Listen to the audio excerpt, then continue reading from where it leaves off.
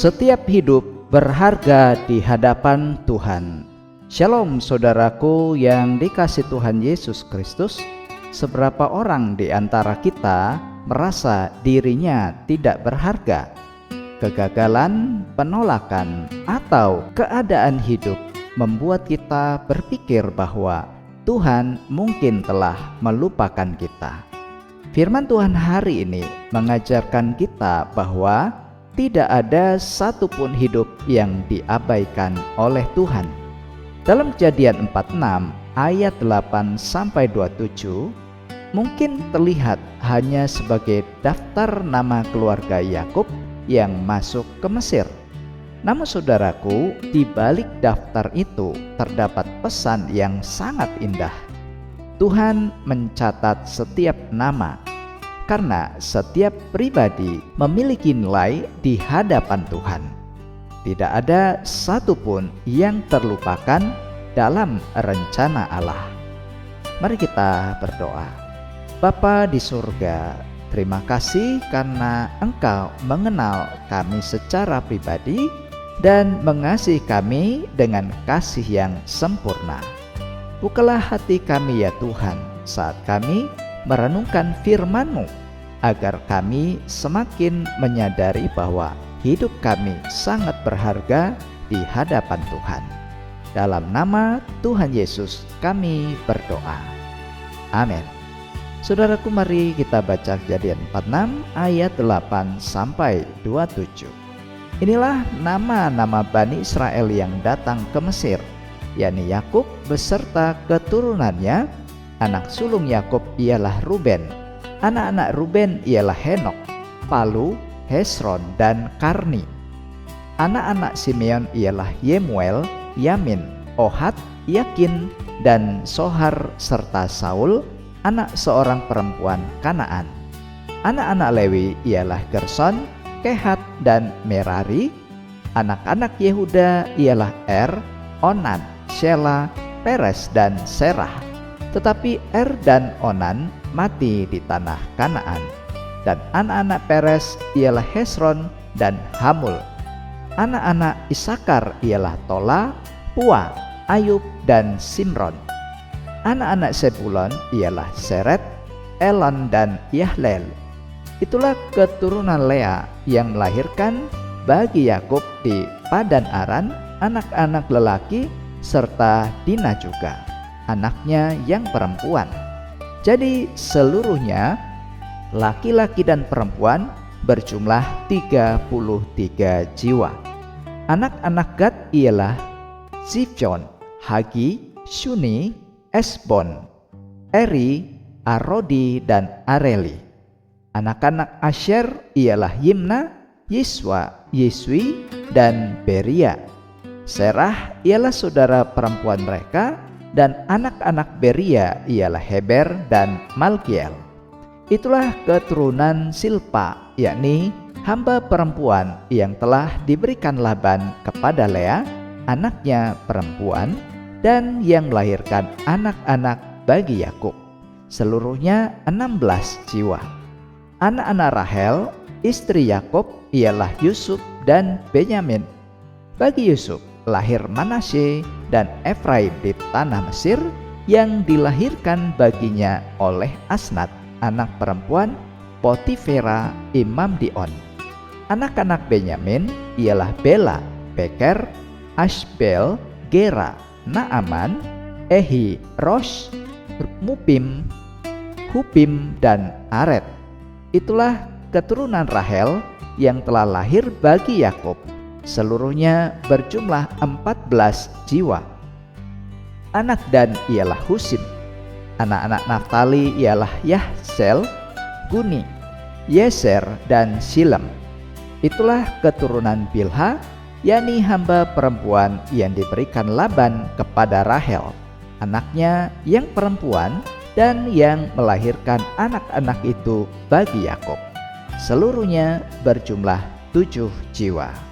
Semua orang yang tiba di Mesir bersama-sama dengan Yakub, yakni anak-anak kandungnya dengan tidak terhitung istri anak-anaknya, seluruhnya berjumlah 66 jiwa.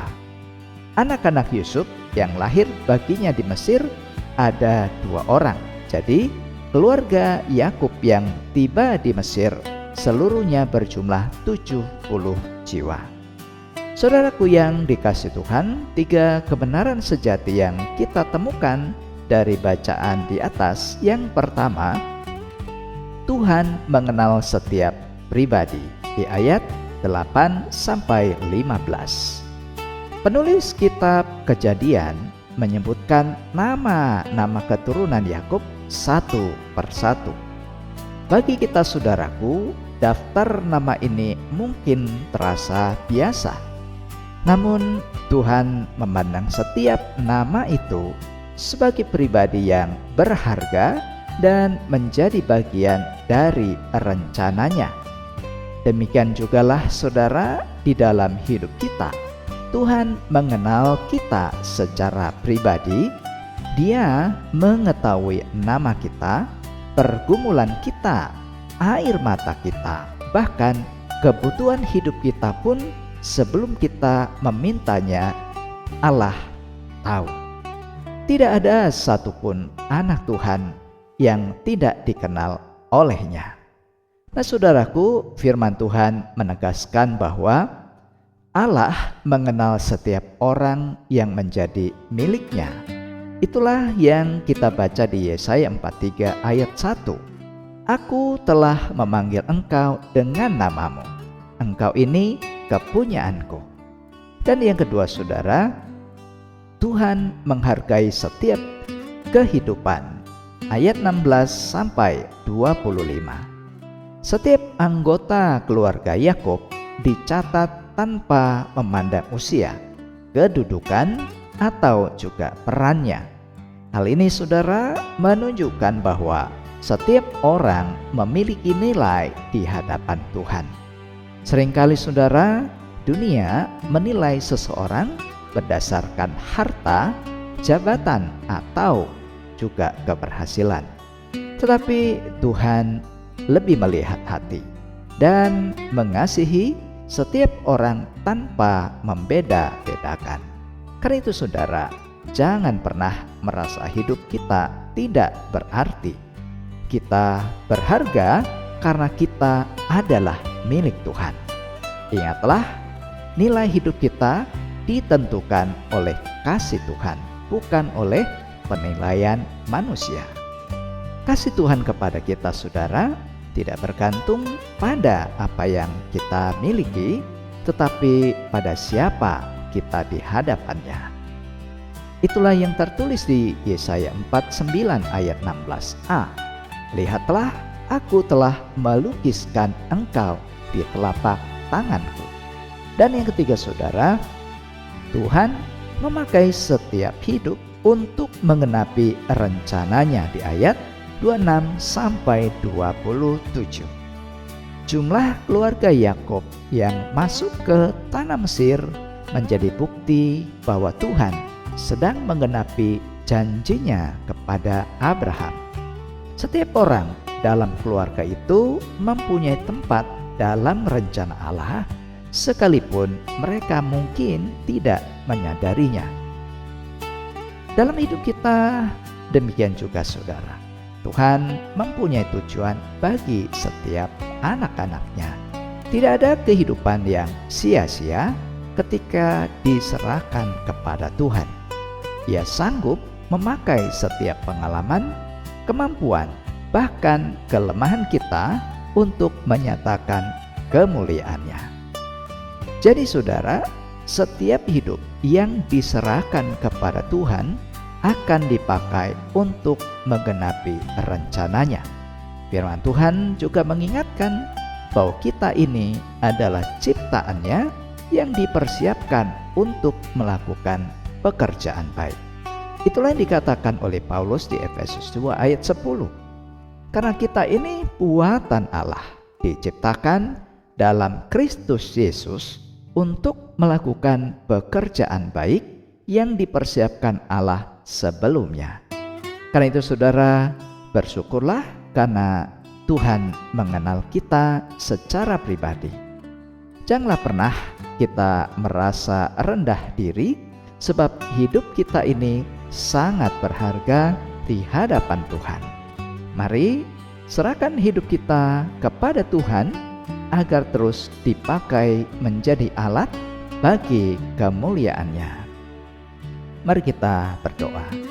Bapa yang penuh kasih, terima kasih karena Engkau mengenal kami dan mengasihi kami tanpa syarat. Tolong kami ya Tuhan untuk tidak pernah meragukan nilai hidup ini di hadapan Tuhan. Pakailah hidup kami Bapa untuk menjadi alat menggenapi rencana-Mu dan memuliakan nama-Mu. Berkatilah saudaraku yang membaca dan merenungkan firman Tuhan ini dalam hidup mereka, dalam pekerjaan, juga di dalam kehidupan rumah tangga, bahkan dalam studi jika masih ada yang studi.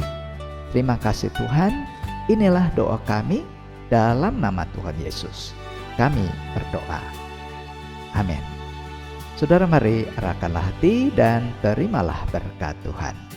Kiranya Tuhan yang mengenal dan mengasihi setiap anak-anak-Nya memenuhi hati saudara dengan damai sejahtera, meneguhkan identitas saudara sebagai milik-Nya, dan memakai hidup saudara menjadi saluran berkat bagi banyak orang. Dan kiranya kasih karunia dari Tuhan Yesus Kristus, dari Allah Bapa, dan di dalam persekutuan Roh Kudus menyertai saudara dari saat ini sampai terus kekal selama-lamanya. Amin. Nilai hidup kita tidak ditentukan oleh apa yang kita miliki atau apa kata manusia, tetapi oleh kasih Tuhan yang mengenal, menerima, dan memakai kita untuk menggenapi rencana-Nya. Jika membutuhkan doa, konseling, atau percakapan pribadi, saudara bisa hubungi nomor yang ada pada video ini. Demikian firman Tuhan hari ini saudara. Terima kasih, selamat beraktivitas, Tuhan Yesus memberkati, dan sampai jumpa pada seri renungan SKS berikutnya. Shalom.